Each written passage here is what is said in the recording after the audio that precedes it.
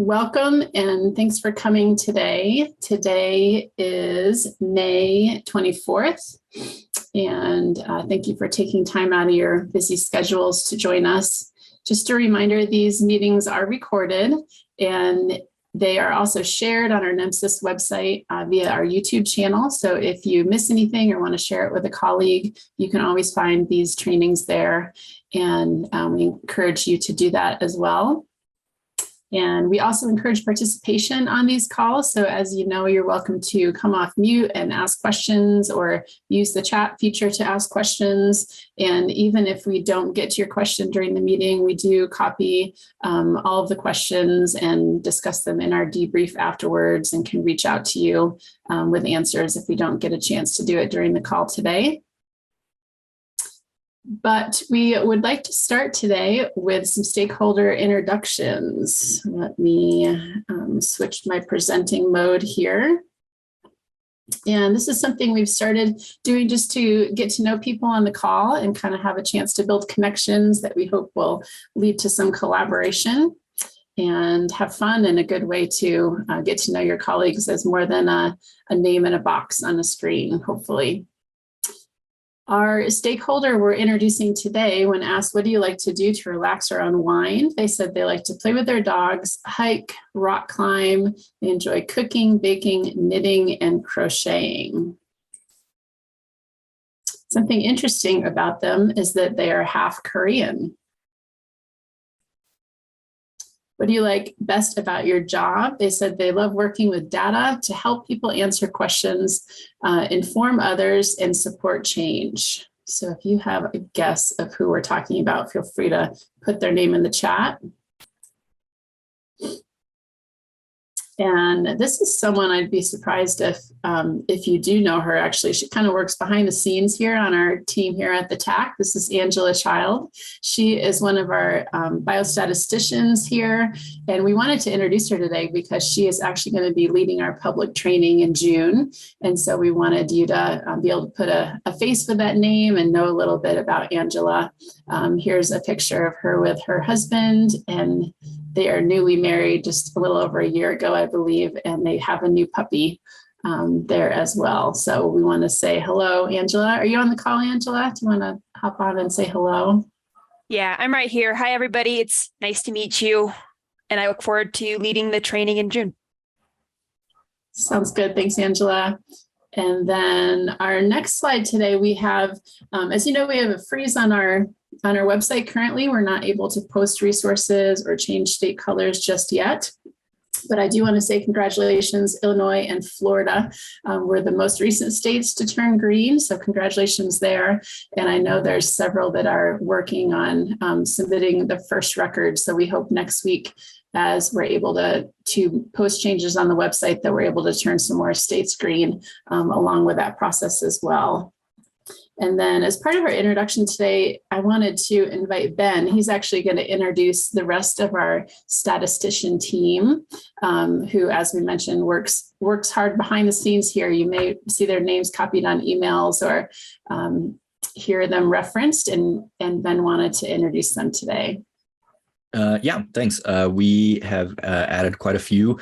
And so I figured it was a good time to kind of introduce everyone. Those of you who have been around for a while have probably worked with Meng Tao. He's our senior statistician who's been with the TAC for almost 12 years now, and has a master's in applied statistics. And then Skylar and Angela have been at the TAC for about two and a half years now, and are both biostatisticians. Angela is working on another project to link that's separate from NEMSIS, to link EMS data to Medicaid data, which is pretty exciting. And then Riley is our newest statistician. She just started, and she has a bachelor's in statistics and is completing a master's in biostatistics this spring. And so you may occasionally see any one of the four of them, and we are certainly keeping them busy. Thanks, Lauri. Yeah, thanks, Ben. All right, I'm going to stop sharing here, and I'm going to pass it back to Jen, who's up next. And Jen is going to talk about our sunsetting policy and give a quick review of that first. Yes. Good morning, everyone. Happy Wednesday. I know we've been talking about the sunsetting policy every other meeting for a while, but we want to make sure that everyone is aware that with version 3.4.0 ending at the end of the calendar year, that folks know how to make sure that they stay in compliance with their products and stuff throughout. So hopefully you are seeing my screen and the compliance policy. And in the right around the middle section, you'll find the sunsetting NEMSIS versions.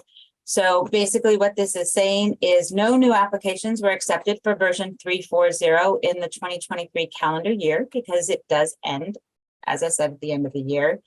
After July 1st, 2023, no recertification applications will be accepted. So if you need to recertify between July 1st and September 30th, you need to make sure that you've got your application in so that we know you're intending to recertify. And then the other thing to point out is if your 3.4.0 compliance ends in the last 90 days of the calendar year, we need to get in writing a request to extend that certification to the end of the year. So you can do that for the last 90 days. If your certification and compliance is over in the last 6 months between July 1st and September 30th, then you need to go through the recertification process to maintain your compliance with 3.4.0. Are there any questions or anything about the sunsetting policy or where the compliance policy can be found on the website? Okay, so the other thing I wanted to do was give a maintenance update. As you know, we are still, we're working and almost through the AWS cloud migration that is still on schedule and should be over on Friday, the 26th. There has been some interruption with some of the web services posting changes to the website, things like that, not your ePCR submission. So I want to make sure that you guys know those are still going through. The maintenance window did begin today. Hopefully most of you received an email letting you know that that was happening. That is throughout today and tomorrow. There may be other website interruptions depending on what maintenance is being done at the moment. So if on Friday you're still experiencing issues with reports or anything like that, please let us know. And an email will go out letting you know when the maintenance window is complete on the NEMSIS website. Are there any questions on the maintenance? Perfect. And then the last thing that after it goes back up, well, the repository address is changing. Yes. Yes. Okay. Yes, the AWS. Once we're in the AWS environment, and you'll get, I believe you'll get another email with the information for the vendors that are using the repositories as well. All right. Thanks, David. Did anyone else have a question? Because if you have a question, someone else probably does too. All righty. Hey, Jen, So, this is, yep, go ahead, Clay. yeah, Jen, this is Clay. Sorry about that. I know that some emails were sent from the TAC asking people to go ahead and get their Okta account set up.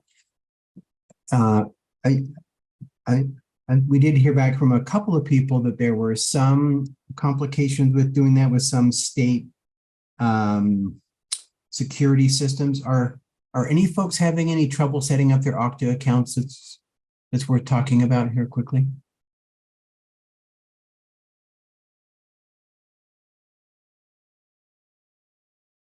Hi, Clay. This is Judy from Texas. I've been having difficulty setting up my account, and I've been working with Diane, but I'm sure she's busy with the migration and hasn't had a chance to respond. Okay, thank you, Judy. Yeah, I'll check with Diane. I think you're right. They're pretty kind of over the top with getting these last pieces put in place for the final cutover. But I'll make sure that she reaches out. Judy, thank you. Okay, I was just concerned that the time limit would expire for setting that up. Oh, true. Yeah. Yeah. Thank you, Judy. Yeah. I'll check in with Diane. Thank you. Uh-huh. Thanks, Judy. Did anyone else have any questions on the Okta emails? Any questions about the process?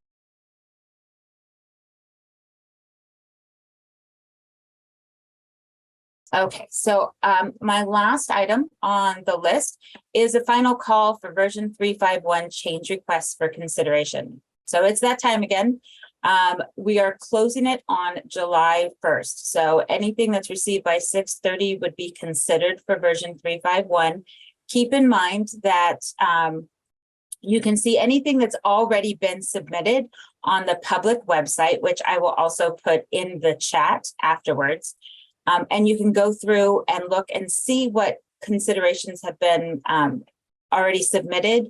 If you have comments or want to attach anything to any of these existing tickets, just send them to me. I will be more than happy to get them attached to the tickets so that everyone can see the comments. This is public, so everyone can see it, see what you're posting. So I would just copy and paste whatever you send over. And if you have something new that is not already listed, we will get it on here. We say considered for version 351 because there are different types of changes, which is the major and the minor informational. Critical patch, that everybody knows that's something that must be fixed to keep going and keep the business running effectively. So those are done as needed. Informational, that's going to be something that's along the lines of, typos or, a link's not working in the data dictionary. We just got something about that yesterday.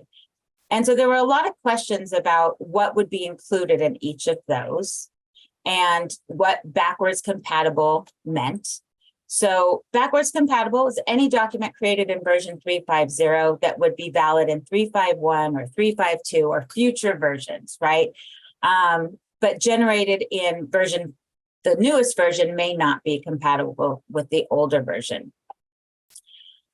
Some examples of a minor, right, is adding a new value because it just expands the allowed values. It does not restrict them more. So the best way to think about it is the way Josh kind of explained it to me. Minor is anything that's going to allow you more ability to complete your documentation, right? It's going to make it freer and easier, making a rule a warning instead of an error, adding values, adding an optional field. Nobody has to fill it out, but they could fill it out if they wanted to, making things more permissible. Anything that restricts, that's going to fall into your major category, right? So that's changing a schematron rule from a warning to an error. That's adding a field, but making it required or mandatory that it must be present. Patterns becoming more restrictive, not allowing attributes or requiring there be an attribute when something is filled out. Changing the recurrence, right? Anything that makes it more restrictive to complete the documentation would fall under the major. And then some things where clarification is going to be needed, right? We may ask more questions. If you ask for a new element and you want it to be required, we're going to ask you, well, if we add it as optional, would that be still something you could do? Because if you add it as optional, it would be minor. If you want it required right away, then it's going to fall into the major and wouldn't be allowed until the next major revision. So that's what the clarification needed items are. So we're hoping that to have anyone who would like to make suggestions, make them between now and the end of the day, June 30th. Anything received after 7/1 will go to the next revision. Did anyone have any questions about that? Hey, Jen, this is Samantha. Hi, Sam. And you probably said this, but I just want to clarify. Adding a pertinent negative attribute, would that be minor or major? So adding a pertinent negative attribute would be minor because no one would have to use it. Got it. Thank you. Jen, this is Karen. So the request and looking what's out there already, and I know you said you'd put that link in the chat. Every now and again, I go to the NEMSIS website wanting to find that. Is there a link somewhere on the NEMSIS website that I just can't remember where it's located? No, Is there? there isn't a link. Is there? Josh, is there a link I'm not aware of on the website? To those JIRA To the JIRA. tickets? Yeah. I don't recall if there is or not. Yeah, that's a great question, Corin. I'll take a look at that too. I thought that there was, but we'll take a look. I think that's one of the things that's tough sometimes is that we think about something all of a sudden, and if we haven't bookmarked that, locating it is just a little bit problematic. So, okay. Thanks for sharing that. Thanks, guys. Yep. I did just put it in the chat. I do always try to include it when I send any emails out. And we can always take that back and make that for consideration for a change too. Thanks, Karen. One suggestion, Karen, as well, is you can always, if you're on the website looking for a way to submit an idea, you can always submit a help desk ticket. We get those often and just reroute them to this form. So you're welcome to do it in that way, and we can record it for you. I always forget the help desk. Thanks, Lauri. Yeah. Were there any other questions about my topics? Yeah, Jen, this is Clay. Hey, do you want to just do a high-level overview of? We of course have received a number of request revisions that would fall under the minor category, and we're going to begin starting to work through the process of reviewing those using some surveys that Jen's putting together, with the idea that a 3.5.1 would be released in January of 2025. So we're trying to be well ahead of schedule and making sure that we're doing the work and being as transparent as possible. So making sure this on the website will be one good step. But Jen, do you want to walk through the process a little bit about how many we have and how they will be reviewed, and so folks can kind of have an idea of the timing of what's coming up?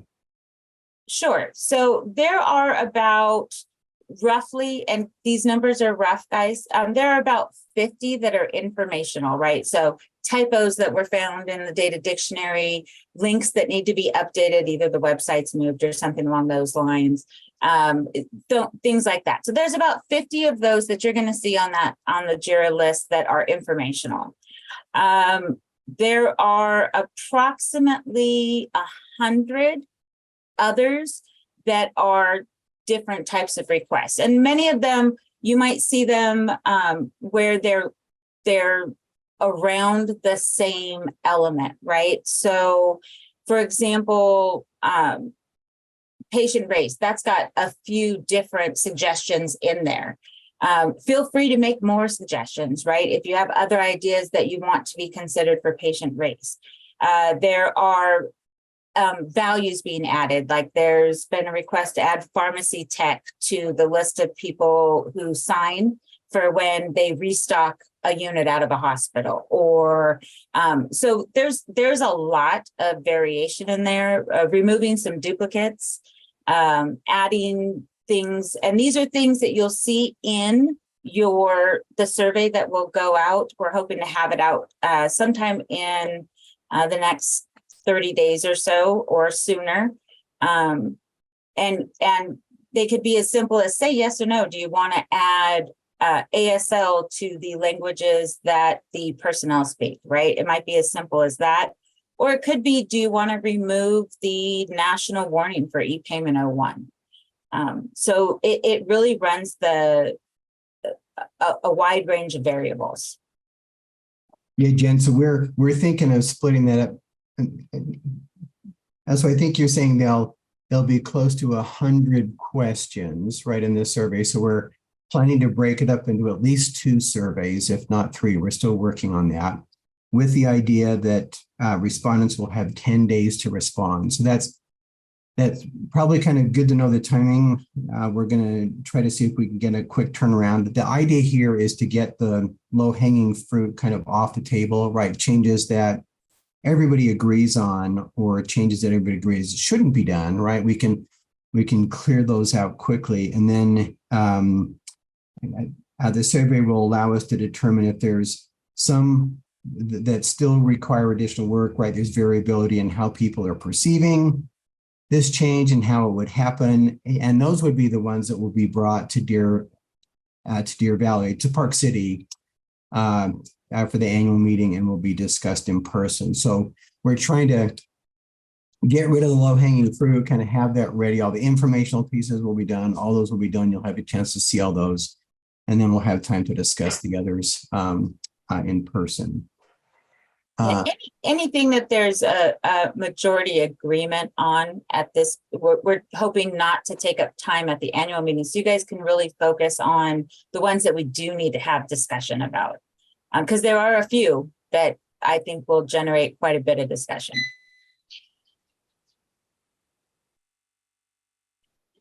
So any questions on the overall process? Any,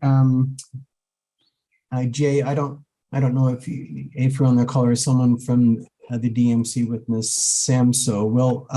We'll work closely with you just to make sure. I know that'll be a tight kind of timeline for the DMC to get together. So we can work with you to determine if you want to get together to discuss them, or if it's okay with everybody completing a survey on their own. We can walk through that if there's any changes you want there. So, right, and the one thing that is a little bit different is we're asking for a survey by organization, right? So ESO would complete one survey. The state of Maryland would, and I'm just picking off the top of my head, the state of Maryland would be one survey, so that we're able to quantify, like, okay, this is where these guys sit, this is where these guys sit, so we can have an idea. We don't want to get 10 responses from one organization.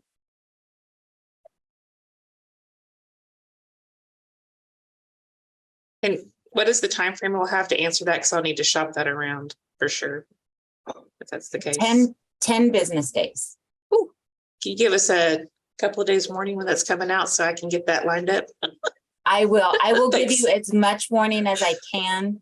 And I know it's tight, but mostly it's tight so that we're not taking up the time. It's so limited at the annual meeting, and the conversations are so helpful when we need them at the annual meeting, that we're trying to make sure that a lot of these are things people are going to agree on, right? Like the first survey that comes out, I think most of them will get everyone's agreement for the most part. There's always something, but that way, okay, perfect. We put it on a list. We show you the list. This is the percentage it got.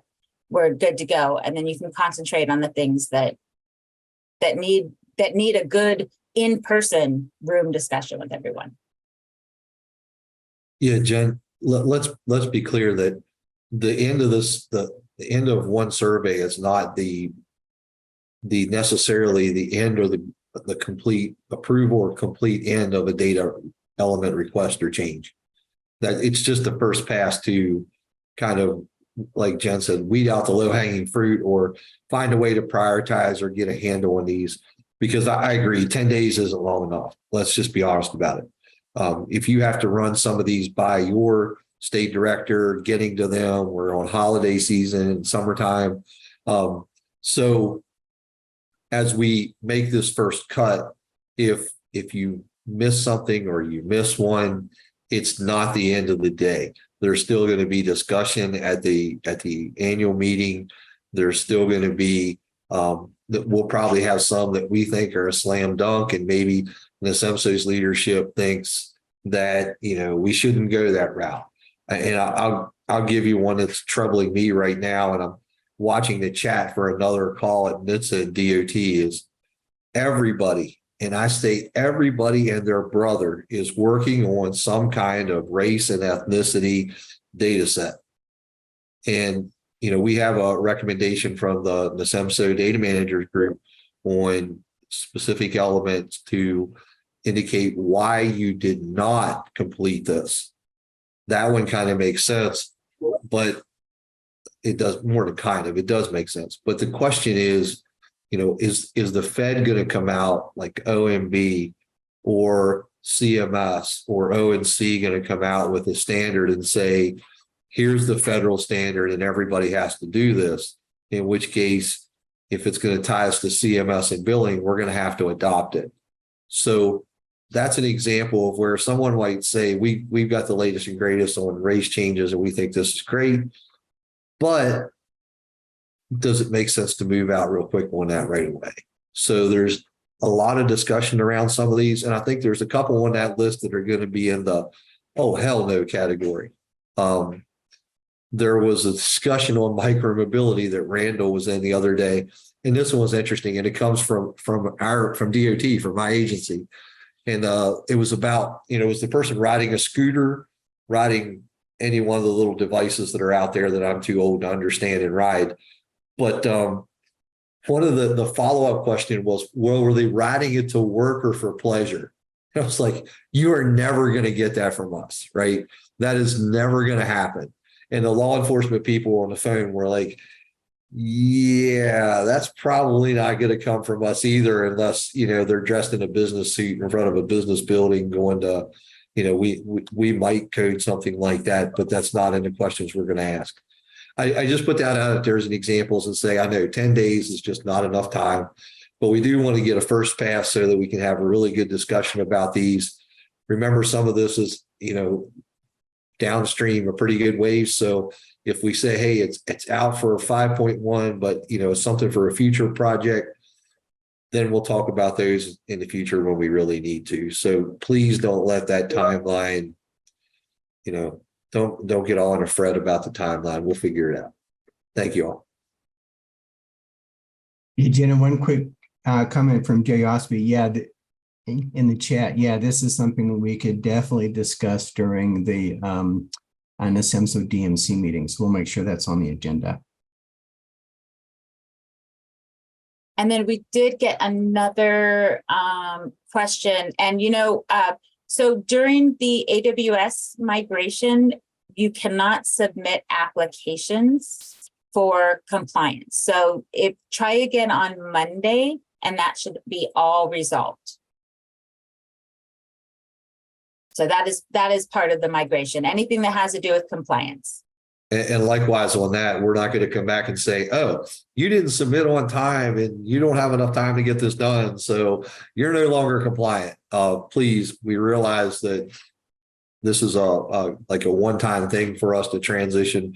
I don't see us going back and forth between the U of U data center and AWS in the near future.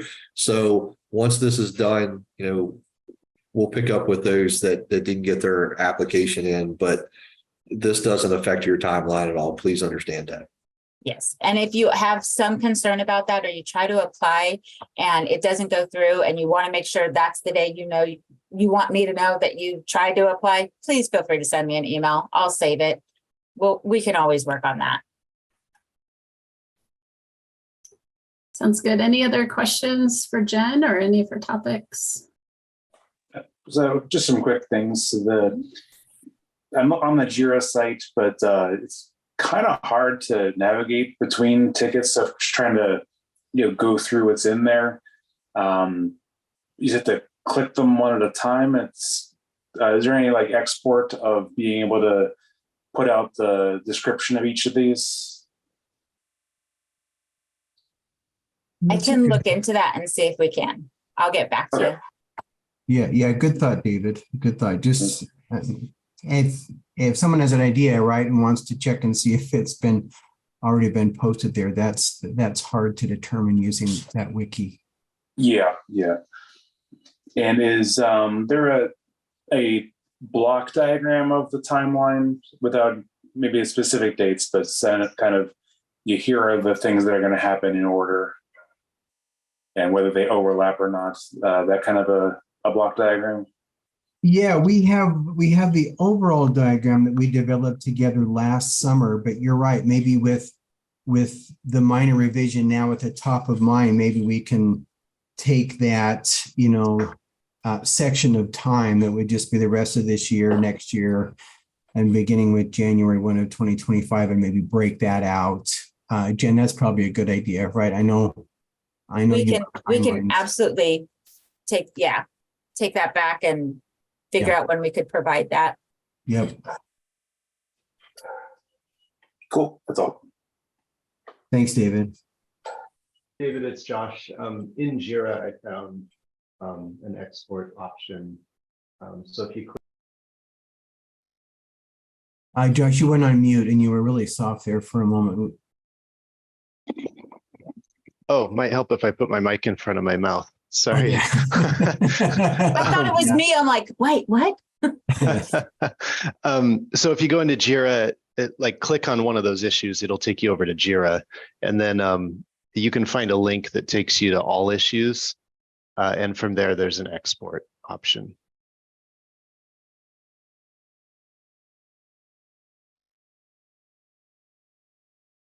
There's also an export option from the public linked page. It just limits you to PDF and Word.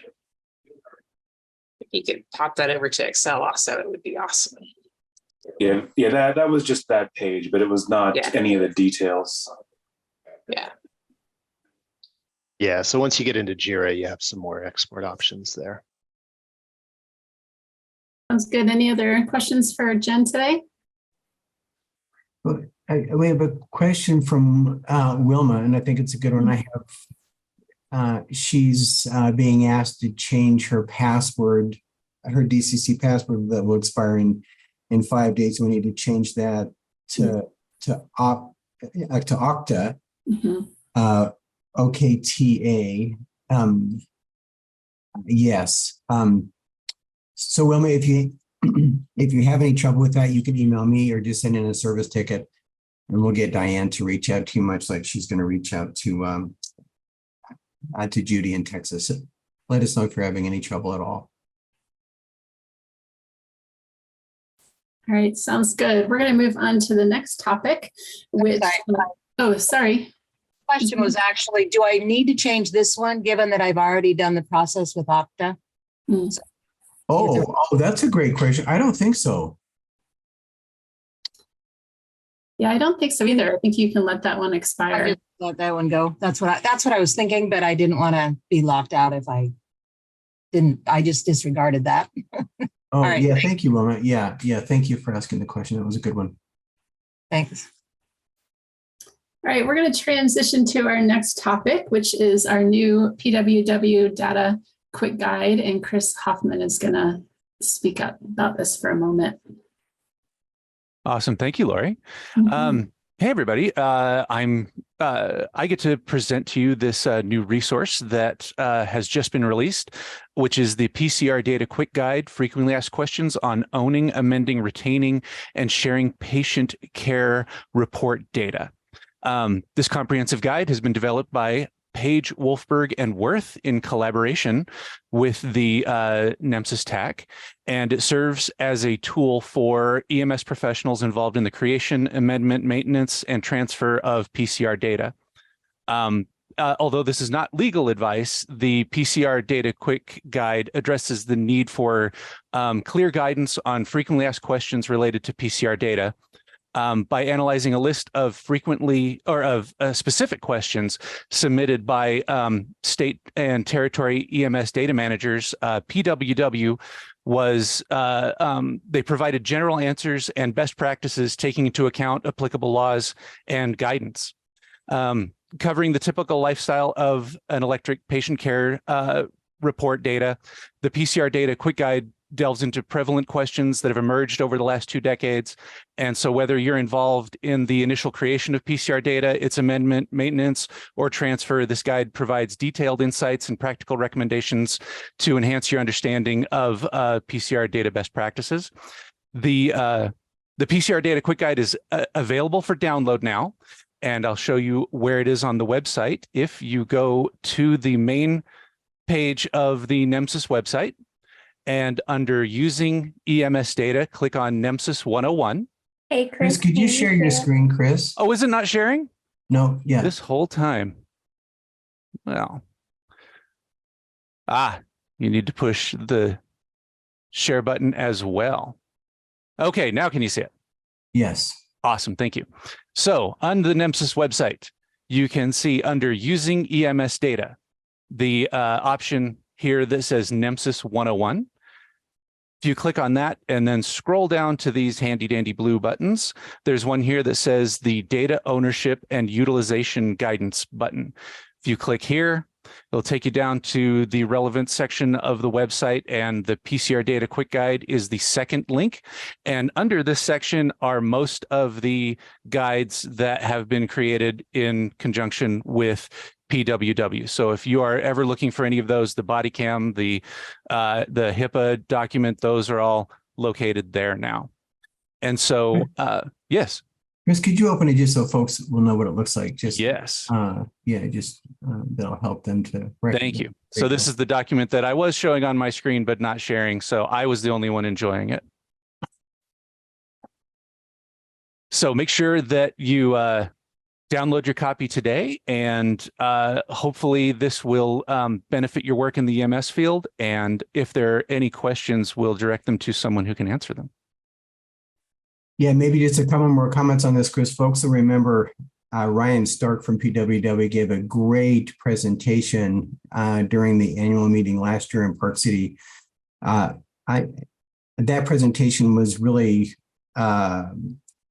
built on this final document. So all the questions you covered there: how long do you have to keep electronic patient care records? What happens if an agency closes down and is bought by another agency? All those very complex questions that can be related to storage, use, and retaining EPCRs are all covered in this document. It's very, very well done. It should be very helpful.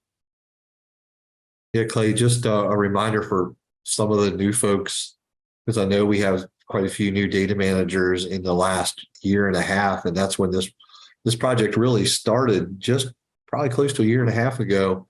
And sorry, background noise for construction today. A lot of the information here is based on questions.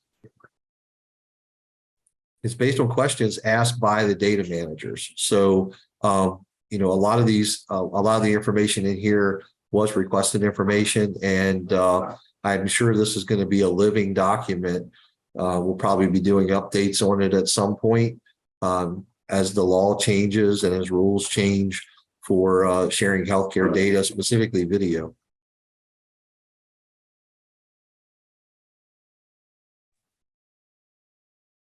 Sounds good. Any questions on that document? I encourage you to check it out, download it, share it within stakeholders in your state as well. And we are going to pass it off to Josh Legler next, who's going to give us an update on interoperability.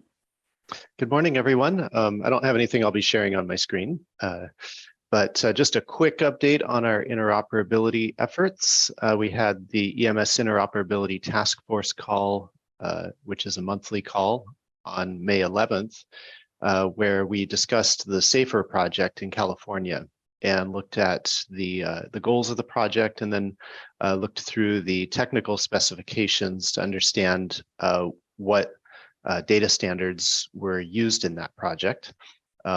As a reminder, those technical specs have been published in our GitHub repository for the interoperability project.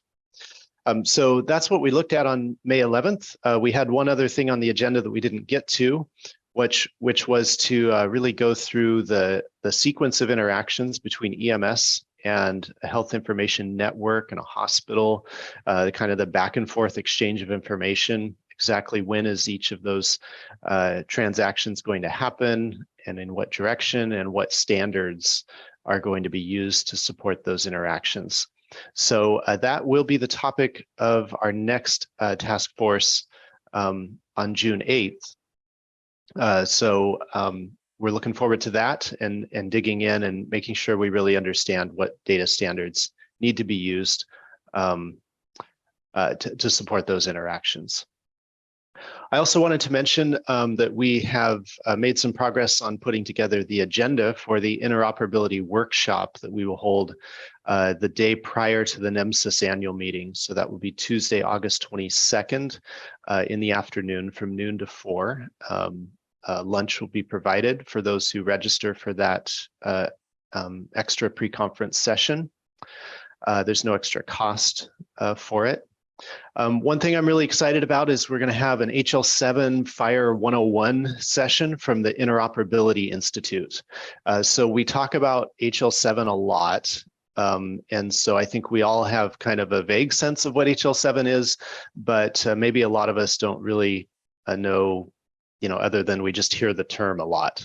So this session will be just a wonderful kind of primer on HL7, what it is, its history, its background, and everything that has led up to the development of the fire standards within HL7.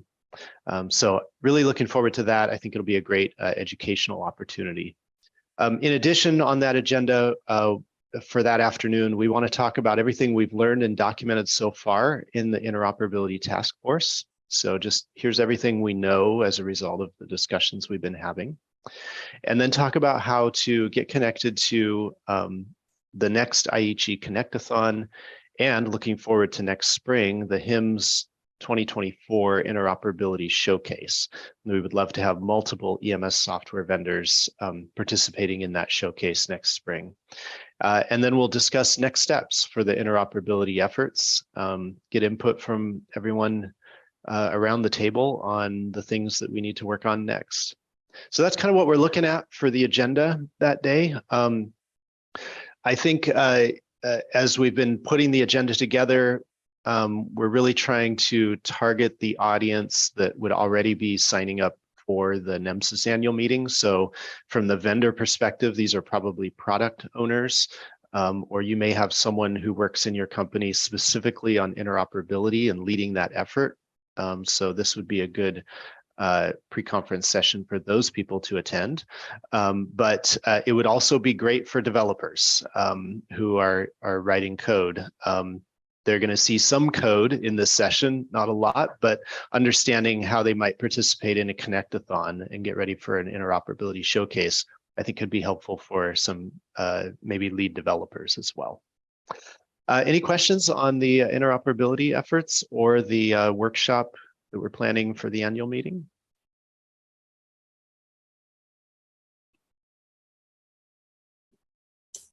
Sounds good. Thank you, Josh, for that. And we will pass it back to Clay next, who's going to talk about the approaching date for the integration of Critical Patch 4. Yeah, thank you, Lauri. Is it okay if I share my screen, Chris? Yes, I may need to stop sharing here. Okay. Okay, you should be able to now. All right. Yeah, thank you. It's a simple share. I just wanted to let folks, remind folks that the critical patch number 4 for NEMSIS 3.5 came out in March and is listed here under the version 3 data dictionaries as the first collection of options to review. So that's been out since March. We talked about in March a 90-day. We would appreciate a 90-day implementation schedule. So we're kind of coming up on that, right? That would be in June. We did release this document a whole month early, right, than what was anticipated and what was reported, and I was shared with you so that you could project out future work. So we recognize that you may not make that by June, right? We'd like to see full implementation by the August meeting. A critical patch 4, if you remember, was to modify EN303, EN304 to be representative of the new ACS trauma triage criteria. So that's been made. Was just going to see if there were any questions about the critical patch. How's it going? Is implementation going well? Or have some states moved to the new EN303 and EN304 to represent the 2021 ACS trauma triage criteria?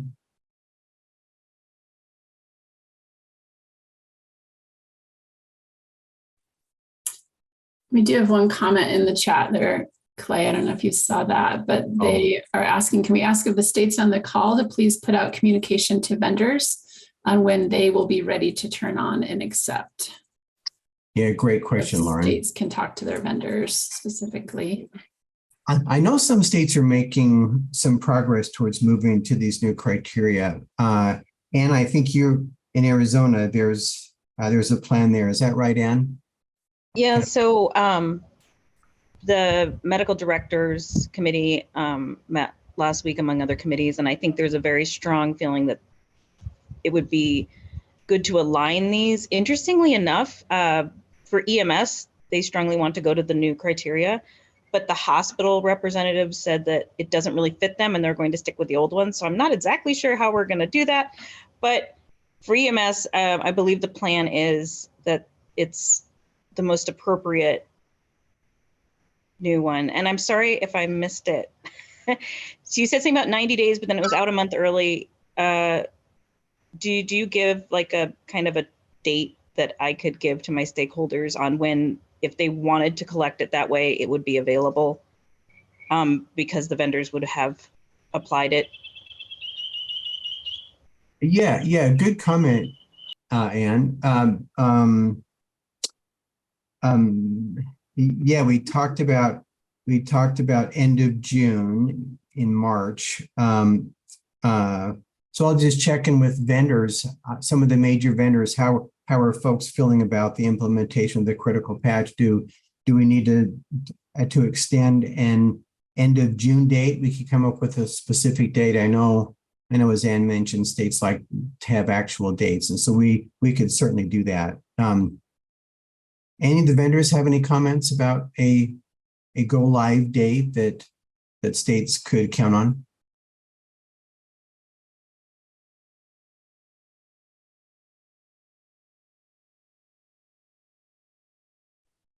Hey, Clay, I know I've had some conversations with the vendors, and they have some, if their agencies don't want to switch, but their states do, if their state wants to switch, but their agency doesn't. There was a lot of concern around making sure that they could satisfy everybody's wants and needs.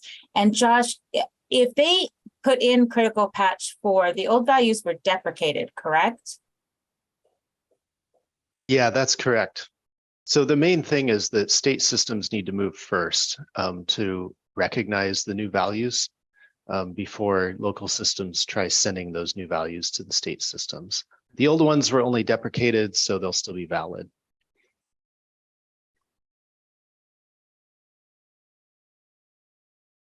This is Kelly from ImageTrend. We are in the process of releasing the critical patch right now. So we should, by the end of this month, we should be able to accept it. Thank you, Kelly. So Kelly, when you say you're ready to accept it, do you mean ImageTrend, the EPCR, or ImageTrend on the state side? The EPCR and the states will decide when they would like to accept it. Okay. So this is Karen. So on behalf of South Dakota, we're in a situation where we're working with the trauma office to find out. It's similar to the comment that Ann made before, that the hospitals might not be wanting it. And so we're going to talk to our trauma program and then make a decision in South Dakota about when those values go live.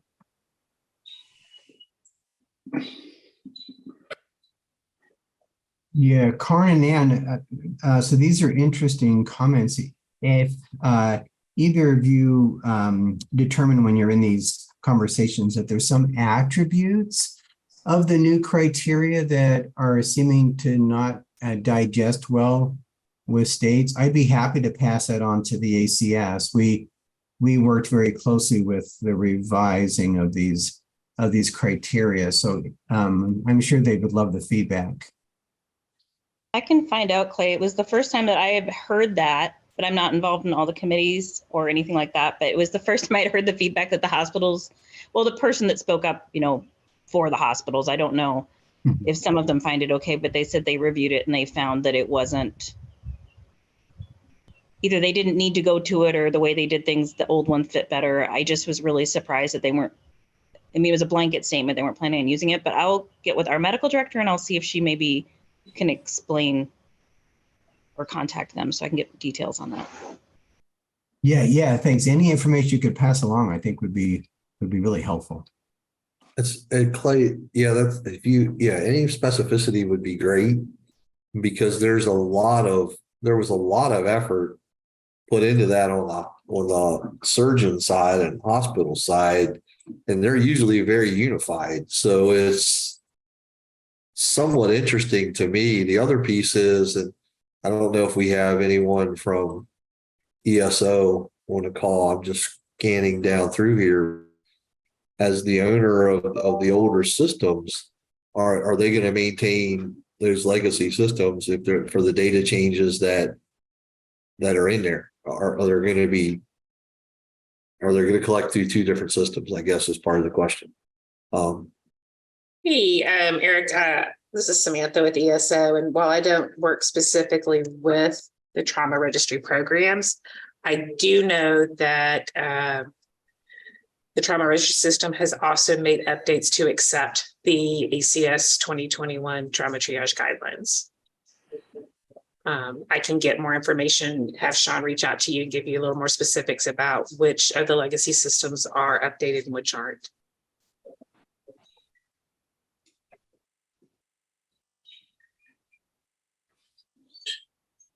Great, thank you, Sam. Yeah, and there's been lots of folks that have been posting the resources that are available on the NEMSIS website regarding the critical patch, and there were some schematron updates, some simple schematron updates that were associated with that patch as well. Yeah, sorry, I interrupted somebody. I apologize. Thanks, Sam. I appreciate that. Apologies, the noise here is loud today, but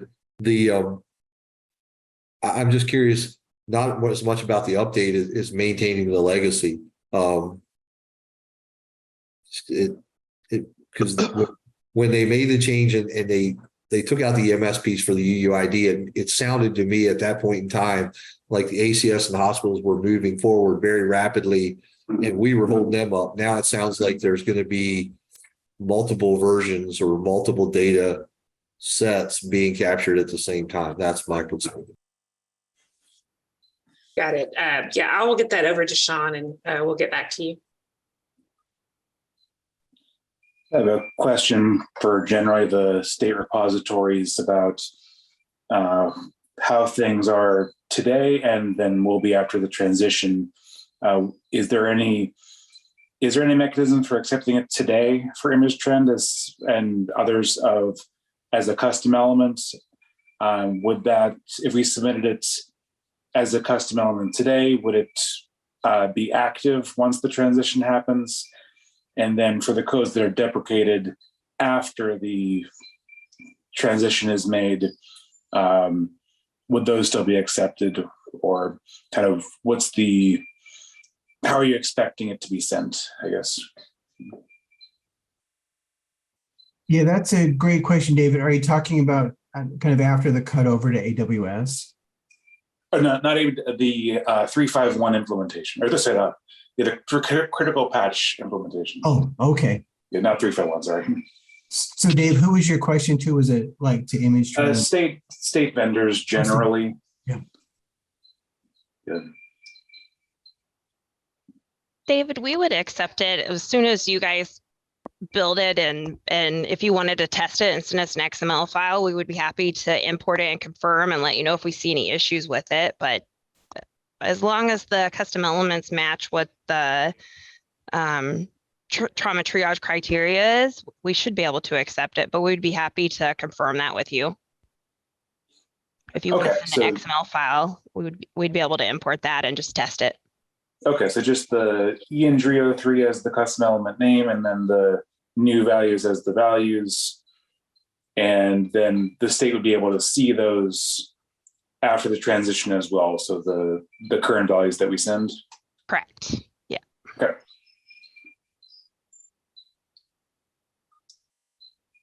All right. Is that likewise for biospatial, or anybody? Not sure if they're on. Yeah, biospatial is on, I think. Any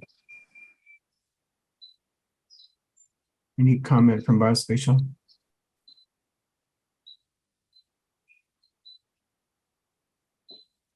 Oh, perhaps they had to drop off. Yep. All right. Any other questions related to critical patch 4?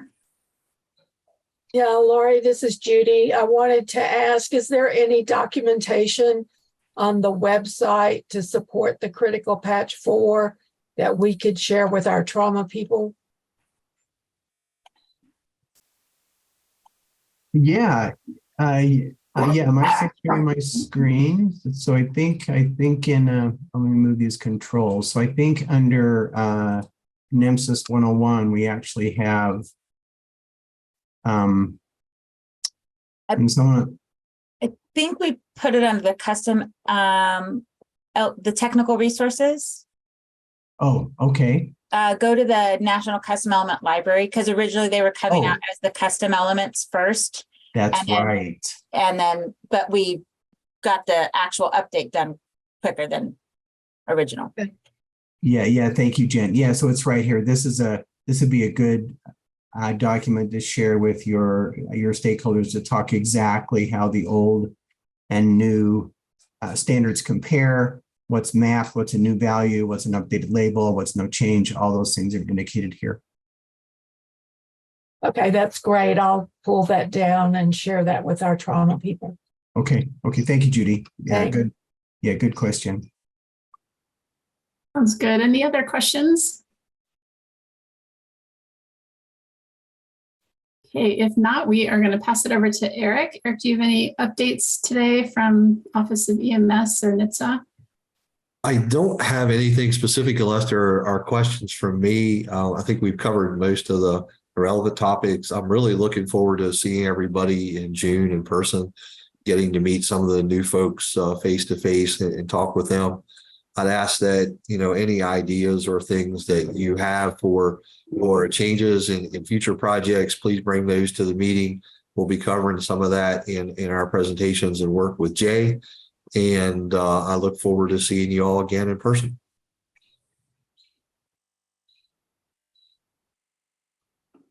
Sounds good. Thanks, Eric.